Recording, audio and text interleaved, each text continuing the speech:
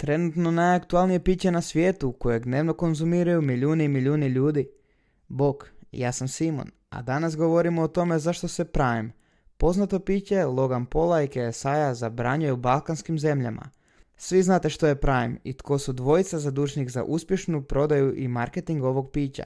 Samo u ovoj godini procjenjuje se da je ukupno prodano 1,2 milijardi dolara vrijednosti tog pića. Objavili su kako su nedavno prodali ukupno milijardu bočica Prima. Ali kako su to uspjeli? KSI i Logan Paul su dva mega popularna youtubera i boksačka rivala koji su uspjeli iskoristiti svoju ogromnu publiku da promoviraju energetsko piće Prime.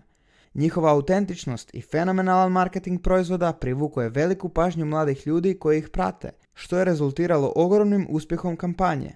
Oni su iskoristili svoje kanale da objave uzbudljive videozapise konzumirajući to piće te tako direktno promovirali svoj proizvod. Također su organizirali događaje poput meet and greetova i sportskih natjecanja koja su privukla veliki broj obožavatelja i medija. Svojim karizmatičnim nastupom uspjeli su uvjeriti svoju publiku da je Prime stvarno proizvod koji vrijedi isprobati. Što je Prime Energy, a što Prime Hydration? Postoje dvije vrste Prima od kojih svaka ima svoje varijacije okusa. Piće u limenci, Prime Energy, je proizvod koji je posebno formuliran kako bi vam pružio dodatnu energiju tijekom fizičkih aktivnosti. Sastoji se od sljedećih ključnih sastojaka. Kofein, poznat po svojim stimulativnim svojstvima koji vam pomažu da ostanete budni i koncentrirani tijekom treninga. Taurin, aminokiselina koja podržava rad srca i mišića te pomaže u poboljšanju izdržljivosti. Vitamin B kompleksa, važan za metabolizam energije i pomaže u pretvaranju hrane u gorivo za tijelo. Osim energetskog pića, postoji hidracijsko, takozvano Prime Hydration. To je proizvod koji je usmjeren na hidraciju tijela tijekom fizičke aktivnosti. Sastoji se od sljedećih ključnih sastojaka. Elektroliti, minerali poput natrija, kalija i magnezija, koji su ključni za održavanje ravnoteže tekućine u tijelu. Vitamini C i E, antioksidansi koji pomažu u zaštiti stanica od oksidativnog stresa uzrokovanog fizičkom aktivnošću, te drugi različiti sastojci koji pomažu u zadržavanju vode u tijelu i održavanju optimalne hidracije. Dakle, dok Prime Energy pruža dodatnu energiju za fizičke aktivnosti, Prime Hydration je usmjeren na održavanje hidracije tijela. Oba proizvoda imaju svoje specifične sastojke koji su prilagođeni određenim potrebama. Marketing. Popularnost na socijalnim mrežama KSI i Logan Paula odigrala je ogromnu ulogu. Obojica imaju veliki broj pratitelja na društvenim mrežama, a njihovi su fanovi vrlo odani. Iskorištavajući svoju masivnu online popularnost, uspjeli su dosegnuti široku publiku i stvoriti veliki interes oko proizvoda. Još jedan važan faktor je marketinška strategija. KSI i Logan Paul točno su znali tko im je ciljana publika. Mladi, aktivni pojedinci, zainteresirani za fitness i energetska pića.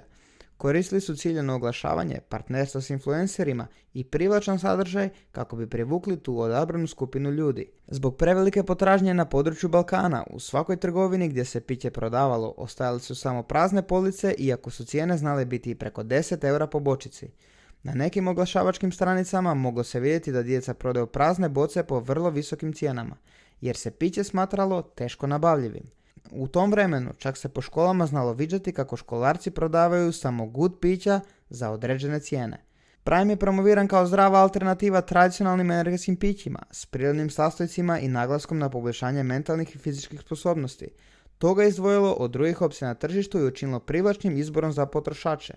Na posljedku, sam proizvod bio je visoke kvalitete i prihvatljivih normi. Ili možda nije. Ovaj napitak bio je vrlo popularan među mladima zbog svoje visoke razine kofeina i ostalih stimulansa, ali nedavno je zabranjen u nekoliko zemalja na Balkanu. Prema nekim istraživanjima, Prime Energy sadrži sastojke koji su označeni kao opasni po zdravlje, kao što su visoke razine taurina. Taurin može uzrokovati ozbiljne zdravstvene probleme ako se konzumira u velikim količinama. Zbog toga, balkanske države odlučile su zabraniti prodaju i distribuciju ovog energetskog napitka. Drugi razlog je taj što Prime Energy nije prošao stroge sigurnosne i zdravstvene provjere, koje su neophodne za prodaju hrane i pića. Ove provjere osiguravaju da proizvodi koji se nalaze na našem tržištu budu sigurni za konzumaciju. Treći razlog je taj što Prime Energy ima visoki nivo kofeina i druge stimulanse. Prekomjerna konzumacija ovih supstanci može dovesti do ozbiljnih zdravstvenih problema, uključujući srčane probleme, nesanicu i anksioznost.